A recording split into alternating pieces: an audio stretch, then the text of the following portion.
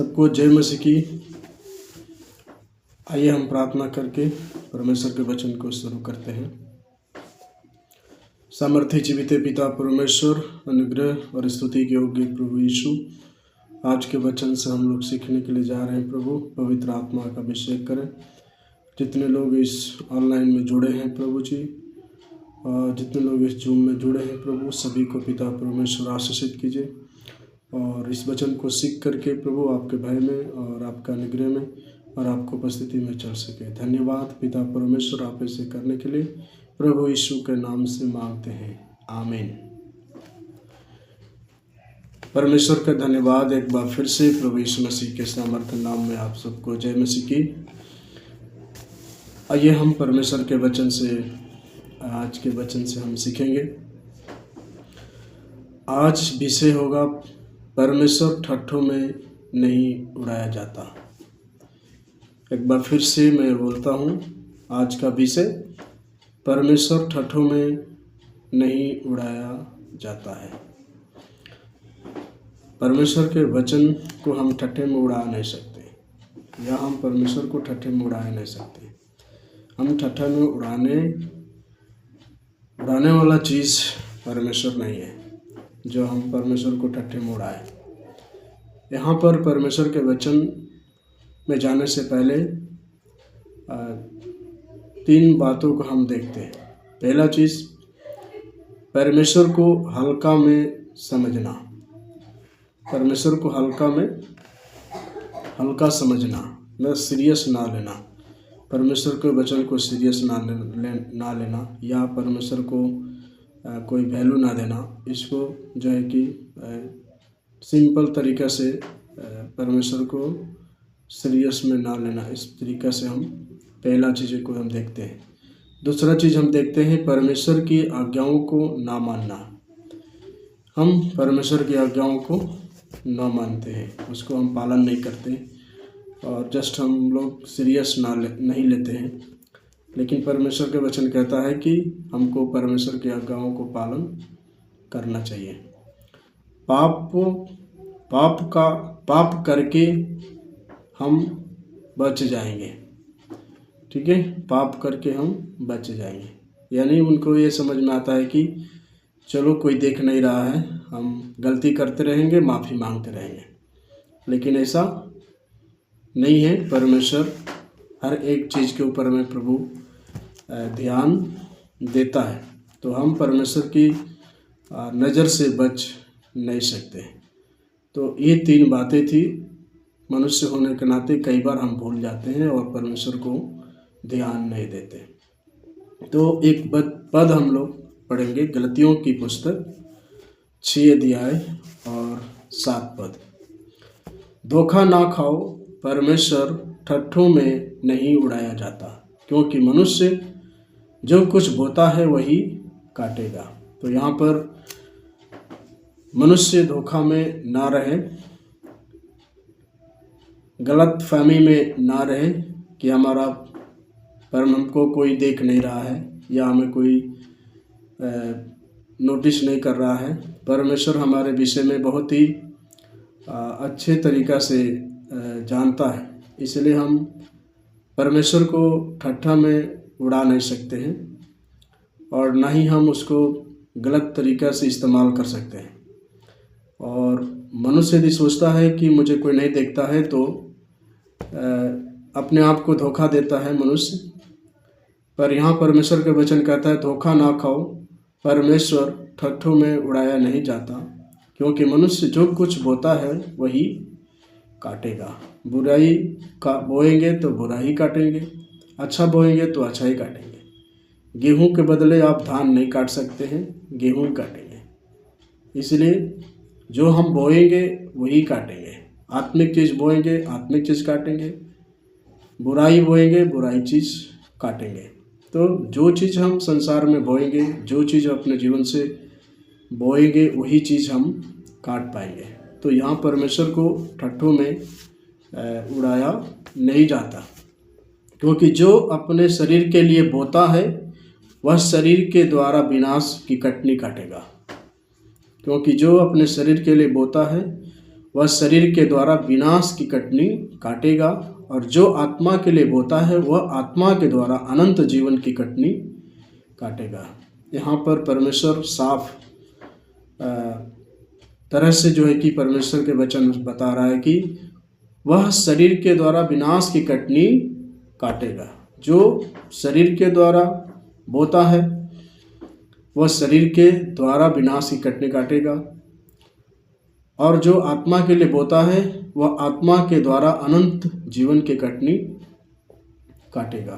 तो यहाँ पर परमेश्वर का वचन बहुत ही साफ सुथरा परमेश्वर का वचन हमको सिखा रहा है कि जैसे हम करेंगे वैसे हम काटेंगे। इसलिए परमेश्वर के वचन हमें साफ रीति से कह रहा है कि धोखा ना खाओ, असमंजस में ना रहो, धोखे में ना रहो, क्योंकि परमेश्वर ठट्ठों में उड़ाया नहीं जाता। तो आज हम सीखेंगे 5 प्रकार की चीज़ों को कि कैसे कैसे परमेश्वर को हम ठट्ठों में उड़ा नहीं सकते हैं। तो उसमें से पहला चीज़ हम सीखेंगे, पाप करके आशीष को उम्मीद रखना। पाप करके आशीष को उम्मीद रखना। हम पाप करते हैं और पाप करने के बाद भी सोचते हैं कि चलो कोई देखता थोड़ी है, फिर भी हम आशीष को पाने की आशा रखते हैं। तो हम परमेश्वर के वचन से सीखेंगे कि परमेश्वर के वचन हमको क्या सिखाता है। रोमियो के पत्री 6 अध्याय 1 और 2 पद। तो हम क्या कहें, क्या हम पाप करते रहें कि अनुग्रह बहुत हो? यहाँ पर परमेश्वर के वचन कहता है तो हम क्या कहें, क्या हम पाप करते रहें कि अनुग्रह बहुत हो? तो इसका मतलब ये नहीं कि हम पाप करते रहें और हमारे ऊपर अनुग्रह होती रहे। तो ये क्या है, छिप करके या हम पाप करते रहे, हम जो है कि उम्मीद रखते रहे, चलो हम पाप करते रहे हमको आशीष मिलता रहेगा, गलती करते रहे फिर भी हमको आशीष मिलती रहेगी, चोरी करते रहें, बुराई करते रहें, फिर भी हमको आशीष मिलती रहे। तो मेरे प्रियो, हम गलत फहमी में हैं। हम जो है कि गलत उम्मीदें में बैठे हुए हैं। यहाँ परमेश्वर के वचन साफ करता है कि पाप करके आशीष को उम्मीद ना रखना है। जो इंसान परमेश्वर के विरोध में ठट्ठों में उड़ाता है वो ये उम्मीद ना रखे कि हम उसको परमेश्वर की ओर से आशीष मिलेगी। दूसरा चीज़, कदापि नहीं। हम जब पाप के लिए मर गए तो फिर आगे को उसमें कैसे जीवन बीता है। तो जब एक बार पाप हमारे जीवन से निकल गया, पाप के लिए हम मर गए या हम अपने जीवन को प्रभु के लहू से धो लिया, तो फिर दोबारा उससे संसार की जैसा जो पहले की स्थिति थी उसी तरीक़ा से फिर से हमको अपने जीवन को जीने की ज़रूरत नहीं है। हमको एक नए सिरे से जीने की ज़रूरत है, जैसा परमेश्वर चाहता है। परमेश्वर चाहता है कि हम परमेश्वर की आज्ञा को पालन करें और उसकी आज्ञा को पालन करके हम आशीष को प्राप्त करें, न कि पाप करते रहें और आशीष को उम्मीद करें। तो ये आप गलत फहमी में हैं, इस तरीक़े से आप नहीं सोचें। हमको परमेश्वर की आज्ञा पालन करना पड़ेगा, अन्यथा हमारे जीवन में परमेश्वर की आशीष नहीं मिलेगी। दूसरी चीज़ हम सीखते हैं परमेश्वर के वचन से, मुंह से विश्वास करना। मुंह से अक्सर लोग विश्वास करते, कहते हैं कि हम तो विश्वास तो करते हैं पर मन में विश्वास नहीं है। इस तरीक़ा से कहने वाले परमेश्वर के राज्य की अधिकारी नहीं हो सकते हैं। और मुंह से कहना और दिल से मानना, ये दोनों में बहुत ही अंतर है। तो इसलिए हमको ध्यान से देखना है कि हमें परमेश्वर के वचन को दिल से हमें मानना है, दिल से। यहाँ पर परमेश्वर के वचन कहता है कि जो मुझसे 21 पद, जो मुझसे हे प्रभु कहता है, उनमें से हर एक स्वर्ग के राज्य में प्रवेश ना करेगा, परंतु वही जो मेरे स्वर्गीय पिता की इच्छा पर चलता है। तो यहाँ पर जो है कि मुंह से कहने वाले बहुत लोग हैं कि हम विश्वास करते हैं, प्रभु यीशु के रास्ते पे चलते हैं, परमेश्वर के मार्ग पे चल रहे हैं, यीशु मसीह से प्रार्थना तो करते ही हैं, हर संडे को तो आते ही है, हर एक शुक्रवार को तो आते ही है। लेकिन मुंह से कहना और दिल से मानना दोनों में अंतर है। तो ऐसे लोगों के लिए प्रभु के वचन क्या कह रहा है, जो मुझसे हे प्रभु कहता है, उनमें से हर एक स्वर्ग के राज्य में प्रवेश न करेगा, परंतु वही जो मेरे स्वर्गीय पिता की इच्छा पर चलता है। स्वर्गीय पिता की इच्छा पर, जो परमेश्वर की इच्छा है उसके अनुसार हमको चलना है, न कि अपने अनुसार चलना है। यहाँ परमेश्वर के वचन साफ से बोलता है कि जो बुराई बोओगे तो शरीर के द्वारा बुराई ही काटोगे, और आत्मिक चीज़ें बोओगे तो आत्मिक चीज़ें ही काटेंगे। तो यहाँ पर परमेश्वर के वचन साफ से कहता है कि जो स्वर्गीय पिता की इच्छा पर चलता है वही परमेश्वर के राज्य में प्रवेश करेगा। 22 पद, उस दिन बहुत लोग मुझसे कहेंगे, हे प्रभु, क्या हमने तेरे नाम से भविष्यवाणी नहीं की, और तेरे नाम से दुष्ट आत्माओं को नहीं निकाला, और तेरे नाम से बहुत अचम्य के काम नहीं किए। यहाँ पर परमेश्वर के वचन, उस दिन बहुत लोग परमेश्वर के सामने कहेंगे, हे प्रभु, क्या हमने तेरे नाम से भविष्यवाणी नहीं की। यहाँ पे 3 लोगों के यहाँ जिक्र हो रही है। यहाँ पहला चीज़ है कि क्या हमने भविष्यवाणी नहीं की। दूसरा चीज़ है, क्या हम आपके नाम से दुष्ट आत्माओं को नहीं निकाला, लोगों को चंगा नहीं किए। और तीसरा चीज़, क्या मैं आश्चर्य के काम नहीं किए। तो परमेश्वर साफ से कहेगा कि हम तुझे नहीं जानते। तो यहाँ पर परमेश्वर के वचन कहता है कि हमको उसके आज्ञा के अनुसार चलने की ज़रूरत है, उसको आज्ञा के अनुसार, यानी स्वर्गीय पिता का जो मेरे पिता की आज्ञा है, उस पिता की आज्ञा के अनुसार, उसके अकॉर्डिंग हमको चलने की ज़रूरत है, उसके हिसाब से हमें आगे बढ़ने की आवश्यकता है। और 23 पद, तब मैं उनसे खुल कर कह दूंगा, मैंने तुमको कभी नहीं जाना, हे कुकर्म करने वालों, मेरे पास से चले जाओ। यहाँ पर जो है कि परमेश्वर के वचन, हम भविष्यवाणी करते रहें, बड़े बड़े काम करते रहें, बड़े बड़े दुष्ट आत्माओं को निकालते रहें, बड़े बड़े चमत्कार करते रहें, लेकिन परमेश्वर कहता है कि तूने तो मेरे नाम से निकाला, पर तू मेरी आज्ञा के अनुसार नहीं जीवन बिताया। तूने जो मेरी आज्ञा थी उसके हिसाब से अपने जीवन को व्यतीत नहीं किया। तूने संसार में बुराई ही बोया, भलाई के कोई काम ही नहीं किया, इसलिए मैं तुझे नहीं पहचानता। यहाँ वचन कहता है, तब मैं उनसे खुलकर कह दूंगा, मैंने तुमको कभी नहीं जाना, हे कुकर्म करने वालों, मेरे पास से चले जाओ। तो यहाँ पर परमेश्वर के वचन साफ से कहता है कि कुकर्म करने वालों और परमेश्वर के अनागरता से मानने वाले, सीरियस न लेने वाले को परमेश्वर कहता है कि है मैं तुझे खुल कर कह दूंगा कि मैं तुझे नहीं जानता। तो इस प्रकार से मुंह से विश्वास न करना, मुंह से जो है कि बोलने वाले विश्वास नहीं चाहिए, हमको दिल से विश्वास करने वाले लोग चाहिए। तो यहाँ पर हमको परमेश्वर के वचन से हमको सीखने को मिला कि दूसरी बात, लोग बहुत से हैं कहते हैं कि हम विश्वास करते हैं, लेकिन परमेश्वर कहता है कि ऐसे लोग परमेश्वर के राज्य में प्रवेश नहीं करेंगे। तीसरी बात,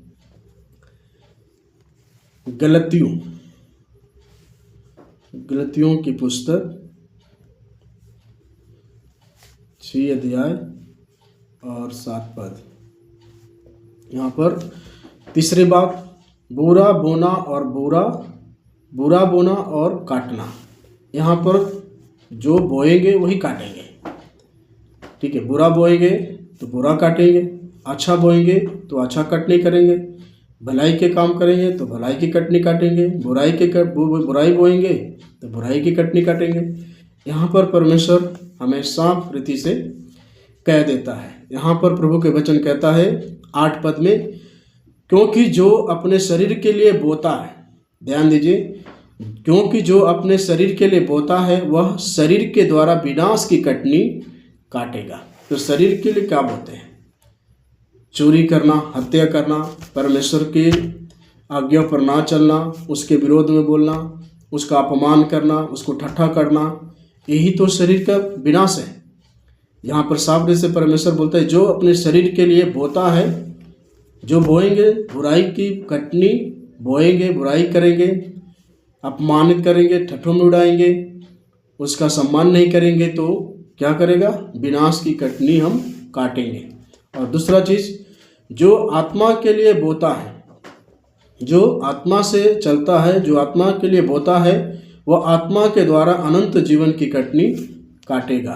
तो जो भलाई के काम करते हैं और परमेश्वर की आज्ञा को पालन करते हैं, वो जो है कि अच्छा फल को काटेंगे, अनंत जीवन की कटनी को वो काटेंगे। परंतु जो शरीर के द्वारा बोएंगे वो विनाश की कटनी को काटेंगे, पर जो आत्मा के द्वारा बोएंगे वो अनंत जीवन की कटनी काटेंगे। तो यहाँ पर हमें परमेश्वर के वचन बहुत साफ और क्लियर रूप से बात कर रहा है कि जो हम बोएंगे वही काटेंगे। 9 पद में, हम भले काम करने में साहस ना छोड़े, क्योंकि यदि हम ढीले ना हो तो ठीक समय पर कटनी काटेंगे, है ना। तो हम भलाई करने के लिए लूज ना हो, भलाई करने के लिए हम कमज़ोर ना हो, भलाई करने के लिए हम तत्पर रहें। हमें परमेश्वर के वचन को बांटने के लिए, लोगों को परमेश्वर के वचन को सुनाने के लिए तत्पर है, भलाई करने के लिए परमेश्वर के वचन के द्वारा हमें तत्पर रहना है, ताकि हम अनंत जीवन की कटनी को काट पाएंगे। एक और पद हम देखते हैं परमेश्वर के वचन से, होशे, पुराना नियम पुस्तक से, होशे 10 अध्याय और आपको 13 पद।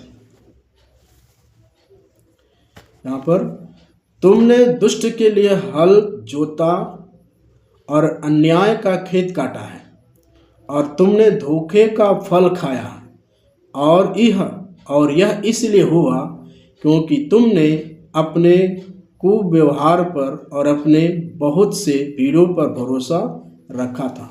तो यहाँ पर दुष्टता के लिए हल जोतता है। तो यह दुष्टता क्या है? बुराई। जो बुराई करेगा वो बुराई की कटनी को काटेगा, विनाश की कटनी को काटेगा, और जो भलाई करेगा वो भलाई की कटनी को काटेगा। तो यहाँ पर परमेश्वर के वचन, हम धोखे में ना हो कि हम क्या काटेंगे, पर हम जो बोएंगे वही हम काटेंगे, क्योंकि यहाँ परमेश्वर के वचन बोलता है तुमने दुष्टता के लिए हल जोता है।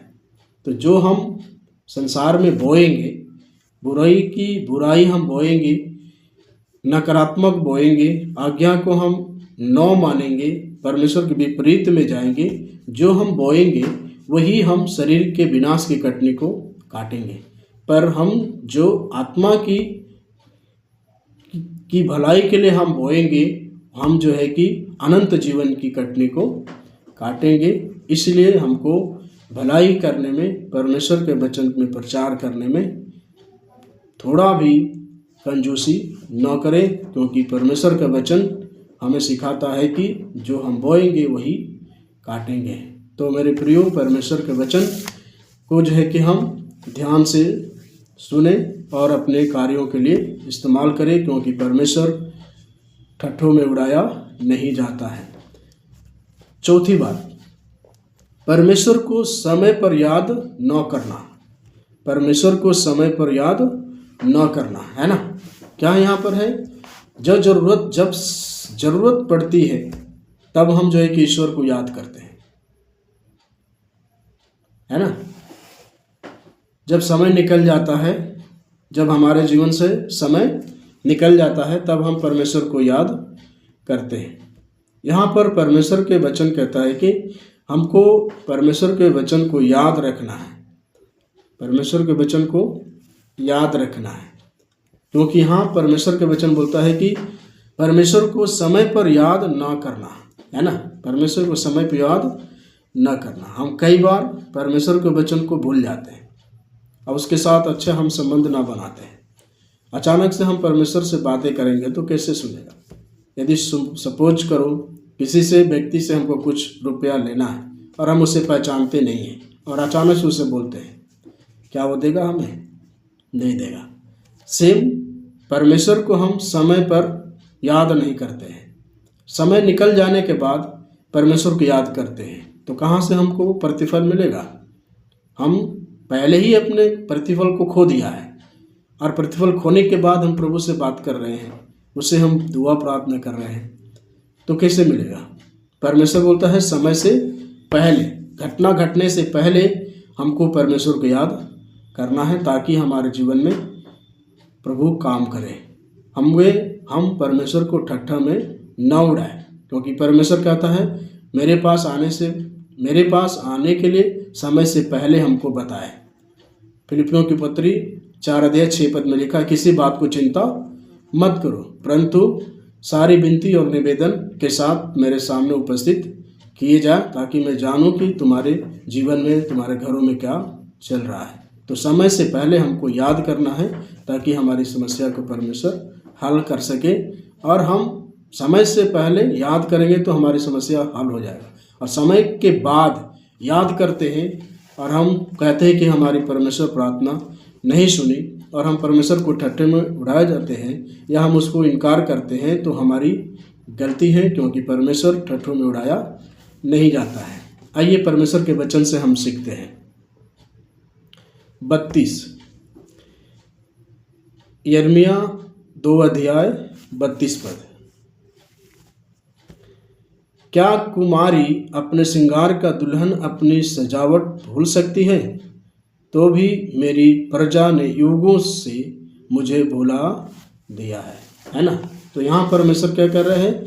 मेरी प्रजा क्या है? आज की प्रजा सजावट में लगी हुई है, दिखाने में लगी हुई है कि मैं अच्छे कपड़ा पहना हूँ, अच्छा सोना पहना हूँ, मेरे पास धन है, दौलत है, कमरा है, बड़े बड़े घर है। ये आज की जो प्रजा है, परमेश्वर की जो प्रजा है, वो दिखाने के चक्कर में पड़ा है। और यहाँ पर तो भी मेरी प्रजा ने युगों से मुझे भुला दिया है। युगों से, आज से नहीं, युगों से, है ना, सदियों से मुझे भुला दिया है, क्योंकि वो लोग सुख विलास में भूल गए हैं और परमेश्वर को भुला गए हैं। तो यहाँ परमेश्वर के वचन बोलता है कि हम संसार के भोग विलास में भूल गए हैं, और बाद में हम कहते हैं कि हम तो परमेश्वर से प्रार्थना की और परमेश्वर ने मेरी प्रार्थना नहीं सुनी। तो परमेश्वर इधर साफ ऐसे कहता है कि समय से पहले हम जब याद नहीं करेंगे तो हम इसी तरह से परमेश्वर हमारी प्रश्नों का उत्तर नहीं देगा, परंतु हमको समय से पहले जब परमेश्वर को याद करेंगे तो हमारी प्रश्नों का परमेश्वर उत्तर दे देगा। 5वीं बात हम देखते हैं, सेवा और दान में कंजूसी करना। सेवा और दान में कंजूसी करना। मलाकी 3:16।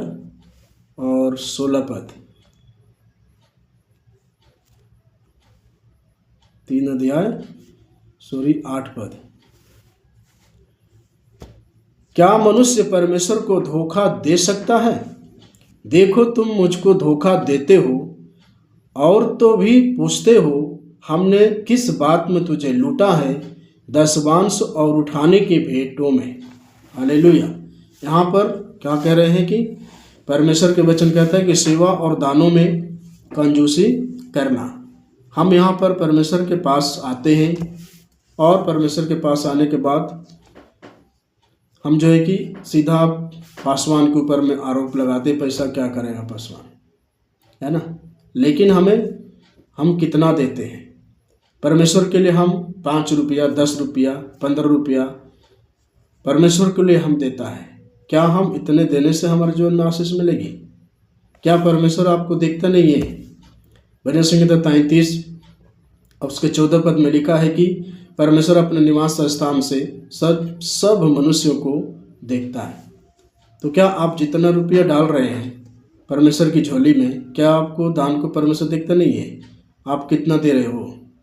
आप उससे बच के कैसे जाओगे? यहाँ परमेश्वर के वचन बोलता है कि देखो तुम मुझको धोखा देते हो।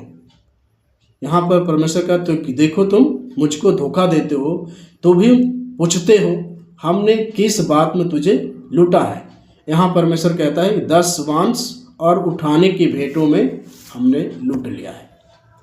हमने 10वांश देना बंद कर दिया है, दान देना बंद कर दिया है। परमेश्वर को कोई भीख मांगा नहीं है कि हम जो है कि 1 रुपया 2 रुपया देकर उसको सम्मान करें। हमें परमेश्वर को ज़्यादा से ज़्यादा देने का प्रयास करें, ताकि जैसे हम देंगे उसी तरीक़ा से आपको भर कर, हिला कर, दबा कर वापस दिया जाएगा और भरपूरी का आशीष परमेश्वर आपके जीवन में देगा। व्यवस्था विवरण 30 अध्याय और 20 पद। व्यवस्था विवरण 30 अध्याय और 20 पद। देखिए यहाँ परमेश्वर का वचन कहता है क्या, इसलिए अपने परमेश्वर यहोवा से प्रेम करो और उसकी बात मानो और उससे लिपटे रहो, क्योंकि तेरा जीवन और दीर्घायु आयु यही है। हालेलुया। तो यहाँ पर परमेश्वर के वचन कहता है कि परमेश्वर यहोवा से प्रेम करो, परमेश्वर यहोवा से प्रेम करो, उसकी बात मानो, परमेश्वर की बात को मानो, उससे लिपटे रहो, चाहे सुख हो, चाहे दुख हो, चाहे परेशानी हो, उसके साथ हमने लिपटे रहो, क्योंकि तेरा जीवन दीर्घायु आयु यही है और दीर्घायु आयु यही है। तो वहाँ से हमको परमेश्वर का, हमारा परमेश्वर से हमको जीवन है और हम उसको छोड़कर कोई भी काम नहीं कर सकते, क्योंकि परमेश्वर के वचन बोलता है कि तुम मुझसे अलग होकर कोई भी काम नहीं कर सकता, चाह करके भी हम नहीं कर सकते। तो यहाँ परमेश्वर के वचन हमको साफ रीत से कहता है कि हमको परमेश्वर पर विश्वास करना चाहिए, क्योंकि परमेश्वर के वचन हमें सिखाता है कि परमेश्वर ठट्ठों में उड़ाया नहीं जाता। तो उसमें से पहली बात हमने सीखा है कि 5 बातों को हमने सीखा, जिसमें से पहली बात है पाप करके आशीष को उम्मीद रखना। तो हम पाप करते रहें और आशीष की उम्मीद करें तो आप गलतफहमी में हैं, भूल जाइए। दूसरा चीज़ है मुंह से विश्वास करना। मुंह से कहते हैं हाँ विश्वास तो करता ही हूँ, यीशु के पास जाता हूँ, विश्वास करता हूँ, लेकिन ये विश्वास नहीं है। परमेश्वर के वचन मत्ती 7:21 और 23 में लिखा है कि ऐसे लोगों को परमेश्वर कह देगा कि मैं तुझे पहचानता नहीं हूँ। तीसरी बात बुरा बोना और काटना, जो बोओगे वही काटोगे। तो यहाँ परमेश्वर के वचन तीसरे पॉइंट में बोलता है जो हम बोएंगे वही काटेंगे। चौथा पॉइंट परमेश्वर को समय पर याद न करना। हम जो है कि समय निकल जाने के बाद परमेश्वर को याद करते हैं तो कहाँ से हमको उत्तर मिलेगा। पांचवी बात सेवा और दान में कंजूसी करना। जो हमको सेवा के लिए दान मिलता है उसको दान को जो है कि भरपूरी से दे, दिल से दे, हर्ष से दे, ताकि आपके घर में परमेश्वर की आशीष बनी रहे। इस वचन के द्वारा सुने जाने पर प्रभु आपको आशीष दे। जय मसीह की।